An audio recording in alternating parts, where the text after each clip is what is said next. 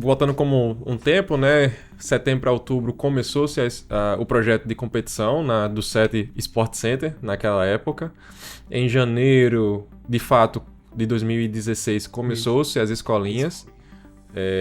Inicialmente segundas, quartas e sextas, numa formatação bem diferente da que vocês estão acostumados das nossas comunidades, né, de centros de treinamentos. E aí, por volta de agosto para setembro, foi que eu recebi o convite, e acredito que foi do Léo que ligou para mim, para poder mandar, querendo saber se eu podia estar por lá, para poder fazer um teste, uma avaliação para estagiar por lá. Só que nesse tempo, assim que eu terminei o ensino médio, eu me aproximei do vôlei de praia como a paixão mesmo, né? Nunca fui atleta de fato, sempre tentava brincar e treinar, né? Inclusive, um abraço pro CT Vôlei Vida, que foi com quem, né, a gente tem uma parceria muito boa e foi com quem eu treinei na época, com Alan, com Klaus. E aí, nessa época, começando o vôlei de praia, começando o curso de Educação Física, eu me engajei, né, e me aproximei das organizações dos eventos de vôlei de praia. Então, a competição, o Campeonato Paraibano, na época de 2014 até 2017, 2018, acho que 2019, na verdade, antes da pandemia, era da minha responsabilidade e organização junto com o Giovanni Marques, né? Não vovô. Podemos deixar, né? A gente chama de vovô. É quem nos apadrinhou, né? Me apadrinhou também nessa parte de poder gerir uma competição, de pegar a tabela. E a gente, na época do Paraibano, a competição a inscrição se encerra às 8 no sábado e às 8h10 começa a competição e tendo que apresentar para todo mundo como é que seria a tabela. Ou seja, era loucura. Tinha sábado que tinha 10 times. Então eu tinha que montar uma tabela para 10 times com Qualify. Tinha final de semana que tinha 20. Eu tinha que ir lá preparar o Qualify e a competição principal do zero, com tabela, às vezes preparar. Já tem algumas coisas prontas, mas era nessa pegada que a gente fazia e por muito tempo foi assim. Então foi muito prazeroso e é muito proveitoso.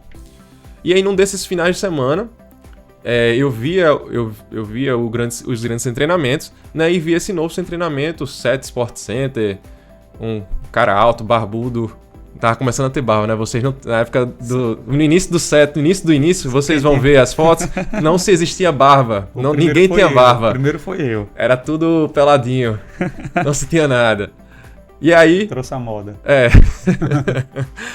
Eu encontrei com o Léo em uma das competições e perguntei, cara, eu tô fazendo curso de Educação Física, é licenciatura, e queria ver se é possível, né, estagiar com vocês, porque eu quero me engajar, né, não só nessa parte de competição, né, de organização de eventos, mas quero estar presente também no projeto de escolinha. E aí naquele dia, curto e grosso, infelizmente não temos a abertura agora, a gente não tá precisando, acho que isso foi por meio de junho. Aí você vê, né? Em agosto já tá mandando mensagem. E aí, nesse meio de 2014 para 2015, quando de fato começamos o curso, né? Tivemos esse curso de arbitragem. E ao final, né? Nós nos tornamos árbitros regionais, registrados pela CBV. E aí, o nosso encontro lá não foi somente assistindo, né? Teve um campeonato de árbitros, para que a gente pudesse testar e fazer a avaliação, saber se a gente, enquanto árbitro, estava fazendo um bom...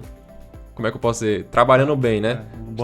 Uma boa arbitragem, estava com uma boa condução do torneio. E aí, o prêmio era nada mais, nada menos que uma bermuda. Era uma bermuda. E isso, cara, era para tudo, né?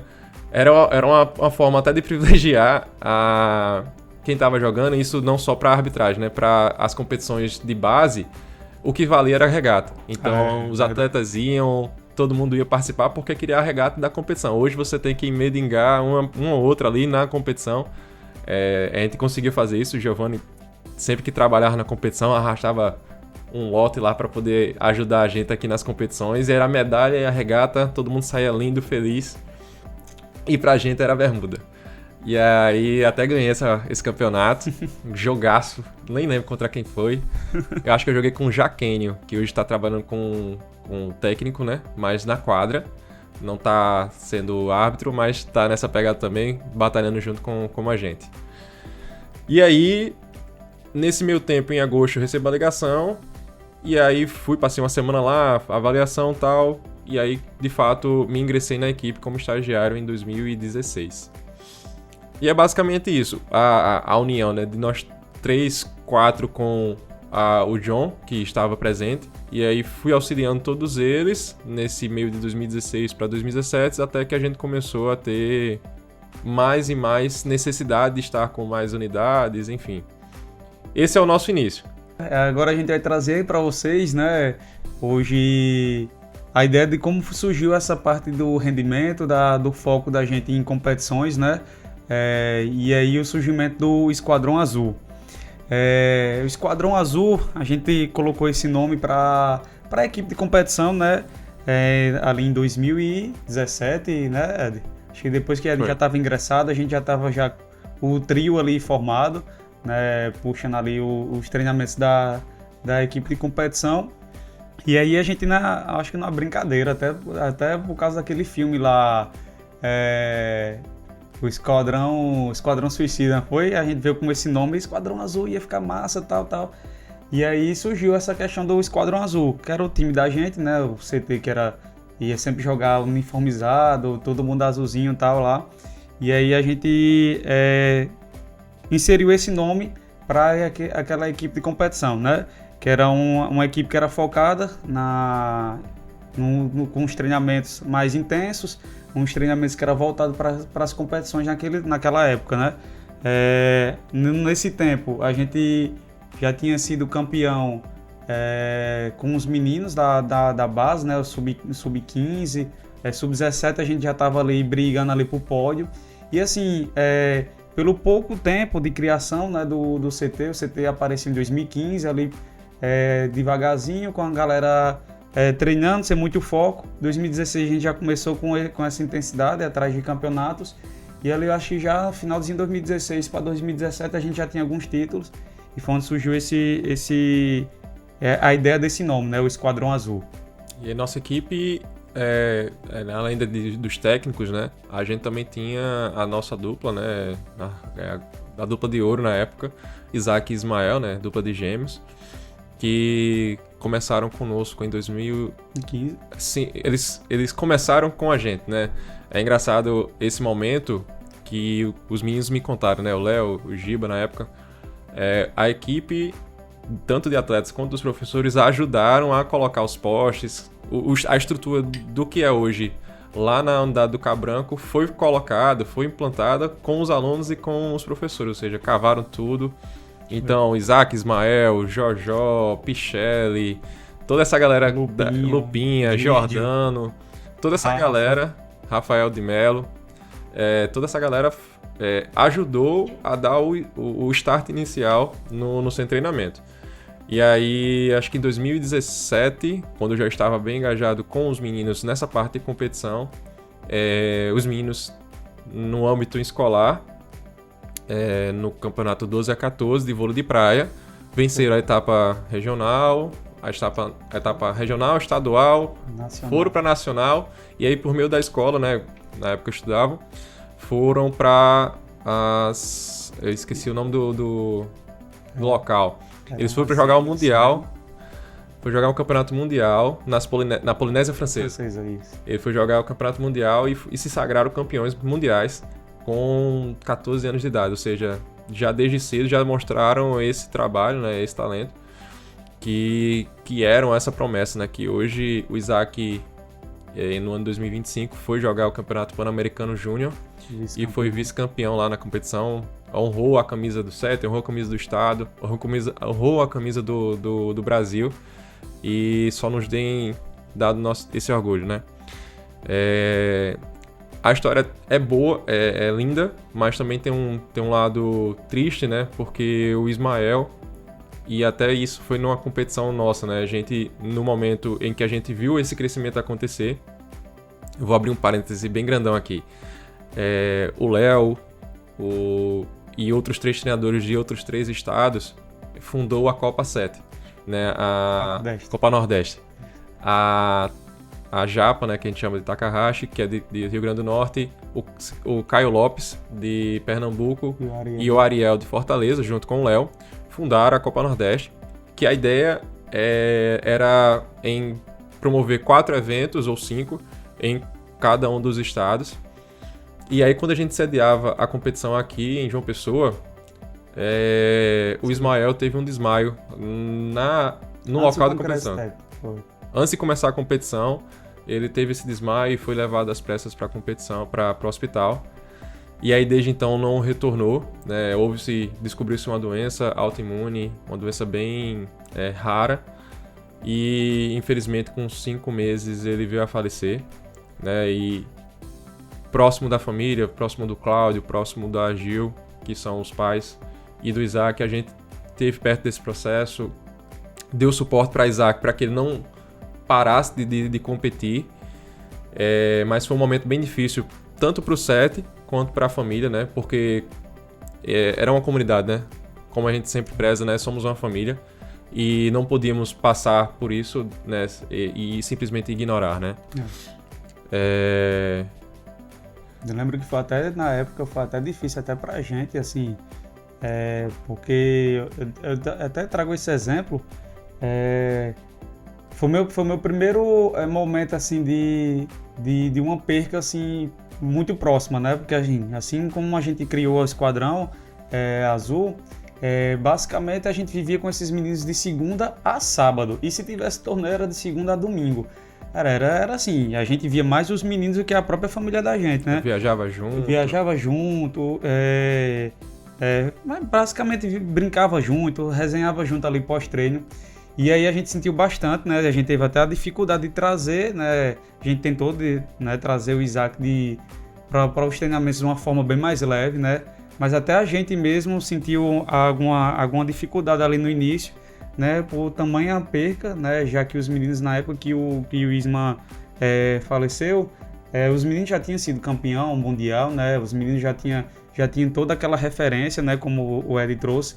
Os meninos, o Sete e os meninos, né? Isaac e Isma, praticamente a história se mistura, né? Muito do Sete com eles. E aí os meninos já tinham esse know-how, né? A galera já tinha esse conhecimento deles, que eram os craques, que eram a dupla de ouro ali do Sete. E aí nessa etapa, né, da Copa Nordeste, que se eu não me engano era a terceira etapa, já tinha acontecido uma em Fortaleza, uma em Recife.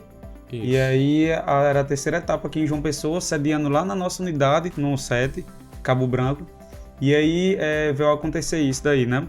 Mas graças a Deus, foi um momento bastante difícil, tanto para a gente, principalmente para a família, né? Porque a família dos meninos cresceu ali junto com a gente, né? A gente também tem o Samuca, que na época era pequenininho, hoje o Samuca está aí disputando os campeonatos, né? Na categoria Sub-17.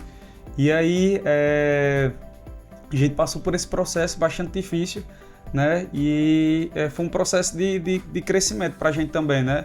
Porque aí a gente se viu em outro momento, onde a gente já tinha a dupla, né, formada para competir, então a gente já sabia quem ia ser a dupla, e agora se existiu a necessidade de a gente buscar atletas, né, de fora para poder compor nosso grupo, nosso time, e ali fazer entregar o melhor, né, tanto para o Isaac como para o próprio CT. E nesse mesmo ano, acho que, se não me falha a memória, foi 2018 que aconteceu tudo. Porque em 2017 já tinha sido criada a Copa Nordeste. Isso. Nós tínhamos ganhado, né, a Copa Nordeste. A gente fazia as competições, as etapas. E ao final se tinha o campeão geral, o somatório dos CTs, né, o CT formador. Nós ganhamos, acho que por 2 anos seguidos. Foi. E aí a gente ficava na disputa entre a gente e Caio, que hoje está na seleção brasileira, hoje está à frente de um projeto em Curitiba, em Bituba, na verdade, no Paraná, projeto belíssimo, junto com Alan Garcia, que é daqui da Paraíba. E aí a gente sempre ficava nesses embates, né, CTCL e o 7 vôlei de praia, 7 Sport Center na época. E vale lembrar que essa competição, né, era fantástica, a ideia da competição, né? Porque a gente conseguia trazer o melhor dos CTs aqui do Nordeste, né? E fazendo essa troca, né, com outros estados, né? A gente sabe que o vôlei de praia é bastante forte aqui no Nordeste, e era uma competição que, assim, parava a galera assim para poder, caraca, Copa Nordeste, não sei o que, vamos se preparar para isso. E aí era bacana, né? Porque a gente tinha muito essa troca e principalmente para os meninos, né? Que tinha essa ideia de viajar, tinha esse negócio de você se preparar para uma competição que você ia enfrentar outras pessoas em outros estados, pessoas que também estavam rodando brasileiro, estavam rodando outros campeonatos e era muito bacana essa ideia da competição. Acho que nesse tempo a base em si, né, toda os CTs daqui da Paraíba e desses outros estados cresceram bastante, né, porque a gente conseguia trazer essa briga boa entre os CTs, né, como o Ed trouxe. Além de ser campeão, se tinha disputa dos CTs, né, dos centros de treinamentos, para ser ali o CT de destaque, né? A gente foi campeão aí 2 anos como o melhor CT de formação de atletas, né, através dessa Copa Nordeste.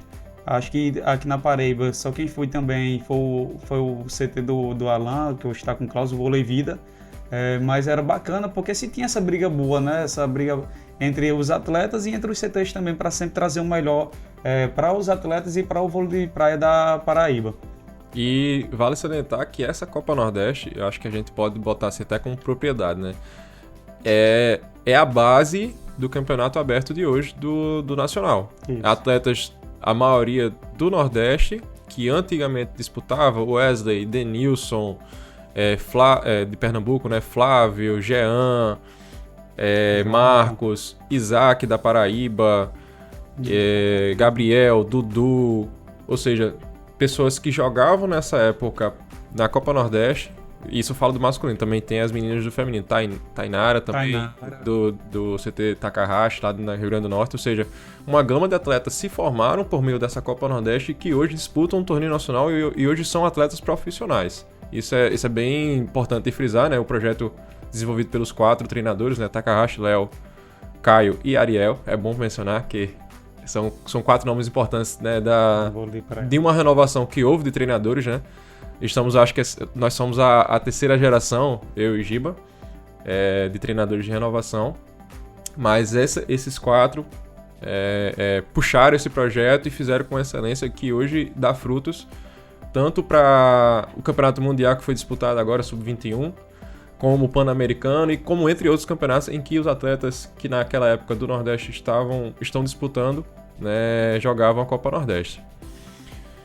Isso. E foi assim que vocês viram aí, né, como o Esquadrão Azul cresceu, e com ele foi crescendo várias outras frentes, né, como a Copa Nordeste.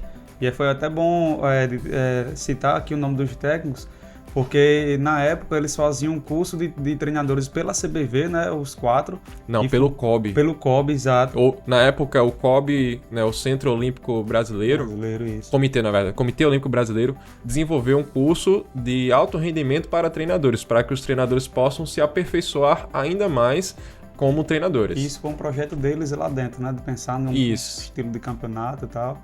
E aí trouxe aí a Copa Nordeste pra gente aqui do Nordeste ter esses frutos aí que o Ed citou. Mas aí a ideia do Esquadrão Azul foi justamente essa, né? Mostrar a vocês como o Set Sport Center da escolinha passou a competir, a ter um time formador de atletas e com representação no campeonato a nível Copa Nordeste, né? Onde a gente considerava que era um dos melhores campeonatos para a gente na categoria de base, né? Que são esse pessoal do Sub-15 ao Sub-19. E é com isso que a gente conta essa história do Esquadrão Azul, que foi o time do 7, o time do 7 até hoje, que é o time que representa o 7 em competições a esse nível.